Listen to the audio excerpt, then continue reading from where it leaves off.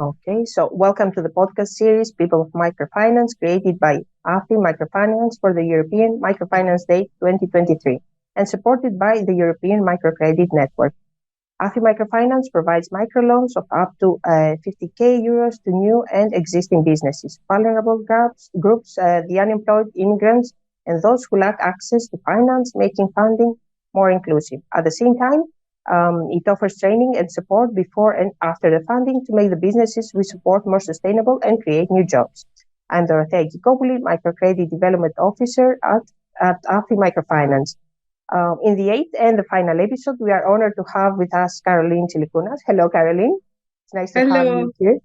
Nice to be here. Thank you. Caroline is the General Manager of the European Microcredit Network.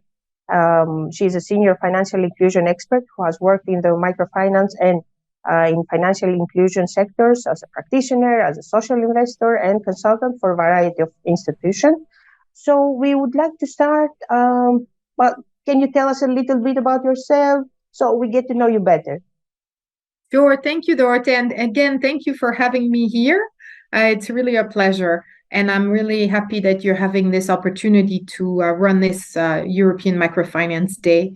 Well, as you said, I think you said a lot already. I'm currently the general manager of the European Microfinance Network. And yes, I think you've said it all. I've been in microfinance for a long time.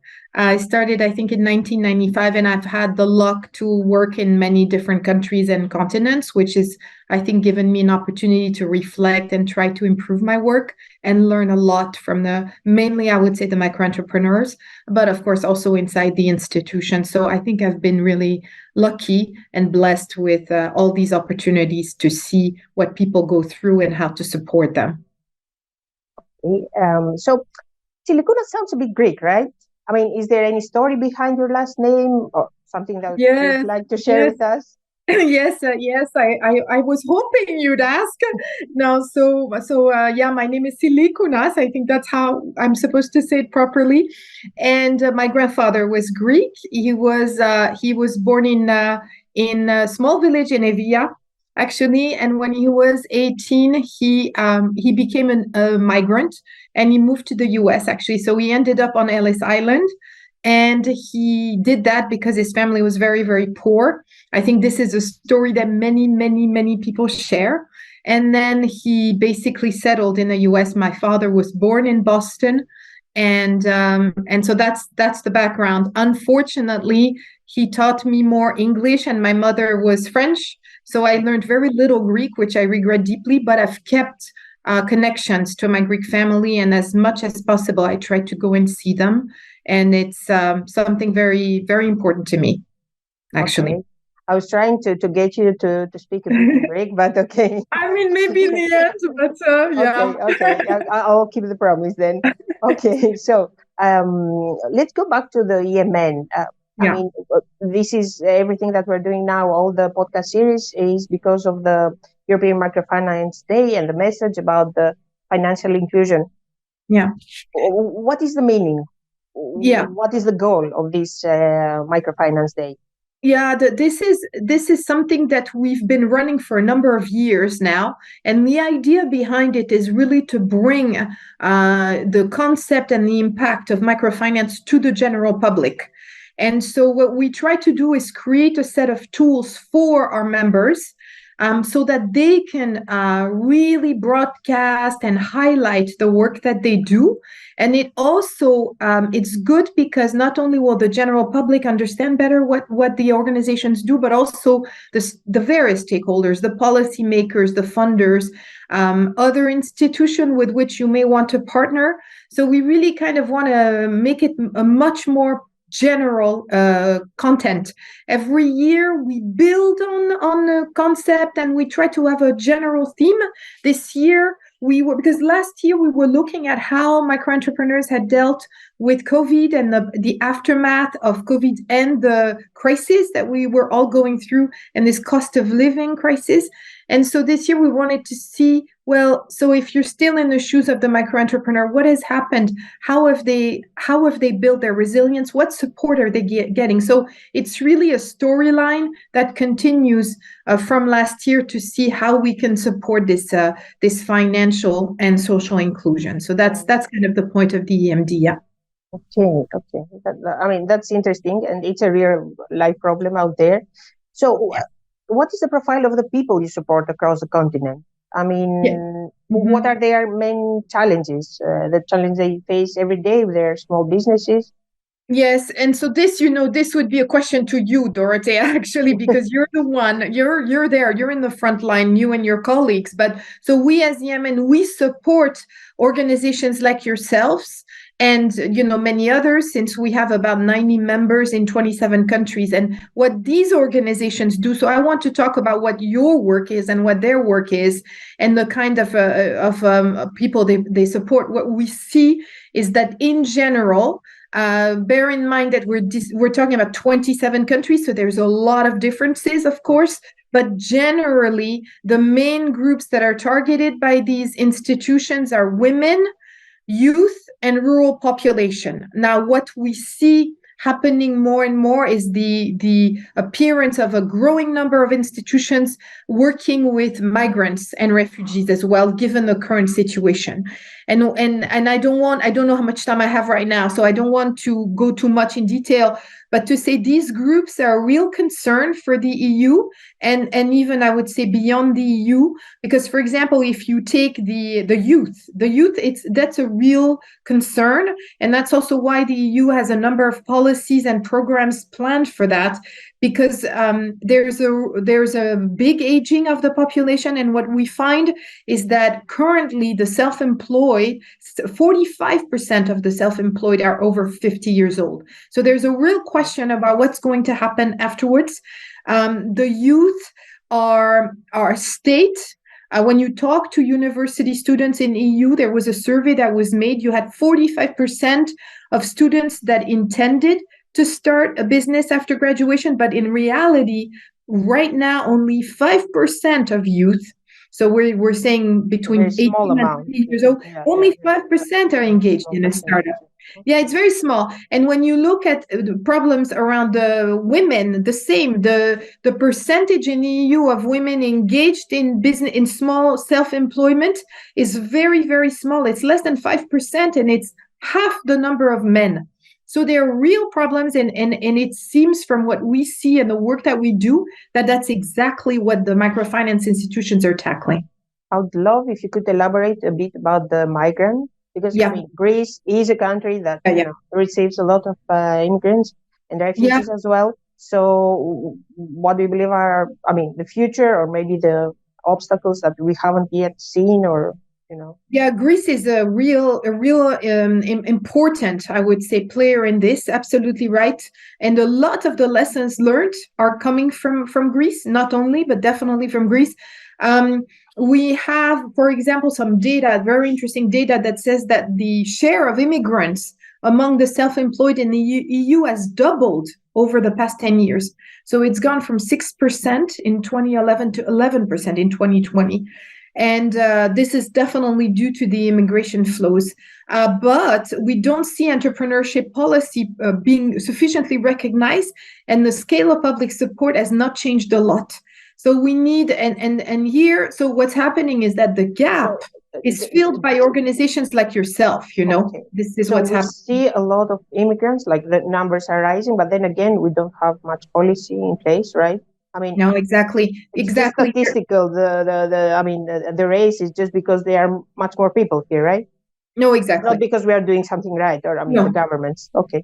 No, and much needs to happen in terms of how to attract high potential entrepreneurs. So improving outreach, how to simplify administrative procedures, but also even before that, all the non-financial. You mentioned that AFI works also on mentoring and coaching. I think these aspects are super important for migrants and refugees. So and I think this is for the private sector, but definitely also for the public sector. And there are many programs in place, but we see that it's not enough for the enormous task ahead, actually. So I think it's linked to to this question. What would you be? I mean, is there a message that you would like to send to our colleagues working in the field in Europe? I mean, me included, obviously. Yeah. When it comes to these challenges and the way ahead. Oh, yeah. I mean, there are many messages. I think, I mean, the first message would be congratulations, and thank you, because you play a huge role, and the risk you take financially, your lives that you put ahead for this, and you could be doing other things. I think so. There's a big thank you and a recognition, I think, and that's very important. And so this should never be forgotten. And then at the same time, I would say to your type of organization, but also to the entrepreneurs, I would say, never stop innovation. And we don't mean by that only technology. I think we need also looking for new approaches, thinking out of the box, right? And listening to the micro entrepreneurs, I think it's really important. One thing that we find more and more critical, especially where we sit, but I think it's true at the national level as well, is the power of alliances, public-private partnerships between different types of networks. Yeah. And then linking organizations to really reach more scale and also, work on what you're best at. So I think look for the partners that have the same value system, the same mindset, and work with them. That would be an important message as well. And because things are out there, good ideas are available. And then I would say, join networks, not necessarily us. I mean, of course, we're happy to have more members, but I mean, join networks that can help share the know-how, exchange experiences, go for peer-to-peer visits, try to, enrich your openness. Yes, that way you will pick from different places some good lessons learned. So that would be kind of some of don't give up. There's a big task ahead, I would say. So we need more cooperation and I think so. And a bit of passion. I think most of our colleagues in the field, they love what they do. So So actually, I think that's really key. You're right. That's probably number one. Yes, I would agree. So I know we are quite young compared to the rest of Europe when it comes to microfinance, but where do you see Greece being on the map? I mean, compared to the rest of Europe when it comes to microfinance? Well, I think that what's special about Greece, I mean, looking at it from where we sit, more working on, regulation, advocacy, and lobbying, is that Greece is a new country in terms of having a regulation. And I think it was, please correct me, wasn't it 3 years ago or 2-3 years ago, right?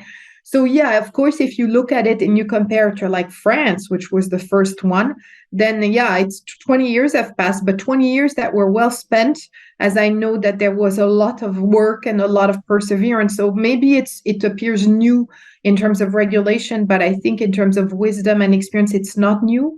It's a very entrepreneurial country. I think there's a significant gap. And so there's a big space to play for microfinance actors.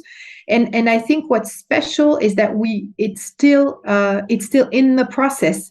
So contrary to many other countries, not all, but many where you feel like that's it, the limit has been hit. I think in Greece we are likely to see the appearance of new actors in the microfinance sphere, and also possibly changes still to the regulation to hopefully make it better, make it more enabling for you. Yeah, we hope so. There could be transformations. There could be. For this, what I expect that the result of all this to be is more. Bigger portfolio, more active borrowers. I expect that is going to grow quite a lot. We have right now 2 microfinance institutions in our network from Greece. and we have another one that's an ethical bank. Both, you're all playing extremely important roles. We expect to see more indeed coming in the future, but that's only me, and really the hope that the regulation will be, enabling, will be favorable, that will allow more businesses to be created and for yourselves to work in friendly environment. That's really, really important. Yeah. Hopefully. So let's take it one step further. What can we expect in the future for Europe when it comes to microfinance? And maybe if you want to share it with us, what about your own future? So the future of microfinance in Europe, I think that for a moment there, so I go way back, but I was only sort of observing the European microfinance work because I was much more involved outside of Europe, but I was still a friend of EMN, and I was keeping an eye. I was doing a bit of training, so I could see what was happening. And because EMN is 20 years old, and there was really kind of a wave of big interest, and the regulation was changed to move the maximum loan size to 50,000. There was a real momentum. And for a moment there, maybe 5 years ago, 5 years ago, we felt like, maybe it's saturated, maybe this is it. But actually, with the current crisis and the big challenges that we are facing, and I won't even mention this geopolitical situation we're in right now, a lot of vulnerability has been created, both from those future migrants and refugees coming in, but also inside the countries. And the cost of living is a huge problem. So many people find themselves having mortgage problems. Generally, I would say collateral problems, no access to proper formal banks, being more rejected than before, and then, as you know, interest rates have gone up in many areas of the economy. And so what we're seeing is actually, after a period where we thought things would be just kind of, we've reached saturation, this is completely the opposite. And I was saying at the beginning, with the youth coming in, the older generation getting old, retiring, what's going to happen? So no, actually, we believe there's a huge space to play for microfinance in the future, and it's going to be bigger than it ever was. And we really are trying at EMN to work with the policymakers to make sure they are prepared and equipped to support you to respond to this demand that we expect to be much greater in the future. So this is. Yeah, this is for the for the sector. As for me, so I've been in microfinance. I started by saying 1995, so it's a long time, and I love it, and I think I can say there is for me no greater pleasure than either talking to a micro entrepreneur, learning from him or her, or being inside an MFI and, just kind of scratching my head, trying to understand the model and brainstorming. There's no greater professional pleasure for me. But after all this time, I kind of feel like I felt like if there's a moment where I want to look at another sector, this is probably the time. So I will be leaving EMN very soon, in a few months, to move more to the biodiversity sector, but I don't see that as like a drastic revolution, because I think all these areas of work are very, very complementary, and I sure hope that my skills could be useful there as well. So I'm sure about that. Yeah. Okay. That's very interesting. Thank you for sharing with us your future. So to conclude our talk, is there any memorable moment, like, I don't know, a time during your time in EMN that it's so memorable that you want to share it with us? Maybe it was a happy moment or a sad moment, but yet something that stayed with you and is going to stay, even if you leave EMN. Yeah, with EMN, because we're a small team, we're very close, and I do want to use this opportunity to thank my team. Even this, my colleague Nicola helped me even with this. They're always there. We're very close. So we have many memorable, fun, sad moments together. But one that sticks out is at our last June conference in Paris, because we had a ceremony for the 20th anniversary of EMN. And it was exactly what you say. It was a mixture of joy and sadness, because we would see people, we had pictures passing, and pictures of people younger, right? And then they would come on stage, receive an award, make a speech. And we saw time, we saw time go by, and I sort of reflected on how dedicated this network was in terms of, because the network is the members, right? And how everybody had basically devoted their lives to this. And that really was something very, very deep, that this is a life choice, really, to support the micro entrepreneurs and to support those that haven't been as lucky as us.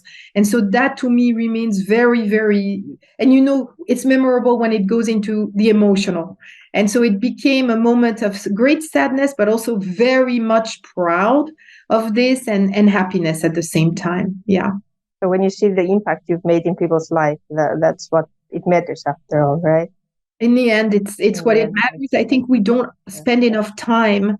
I don't want to talk about measuring impact in the sense we don't spend enough time going back afterwards and just sharing with the entrepreneurs and how's it going and just the human side, because we're always running and we always have reports to write. And I think that's the thing that in the end will stick, is what, even one family, what were we able to do? So yeah, I think that's what meaningful. And as you say, that's the drive, that's the passion. Thank you so much. And thank you for accepting our invitation. It was a great pleasure having you here. I hope we helped through our discussion potential entrepreneurs who have an idea maybe to start a business. So maybe they now have the courage to do so. So if anyone wants to become the next success story of AFI, I would like them to apply to our website on afi.org.gr/apply. So this is the last episode of the People of Microcredit podcast. I hope you had a great time learning about microfinance. Please follow us on YouTube and Spotify, and we'd love to hear your comments and suggestions. And until next time, bye-bye. And thank you so much again, Caroline.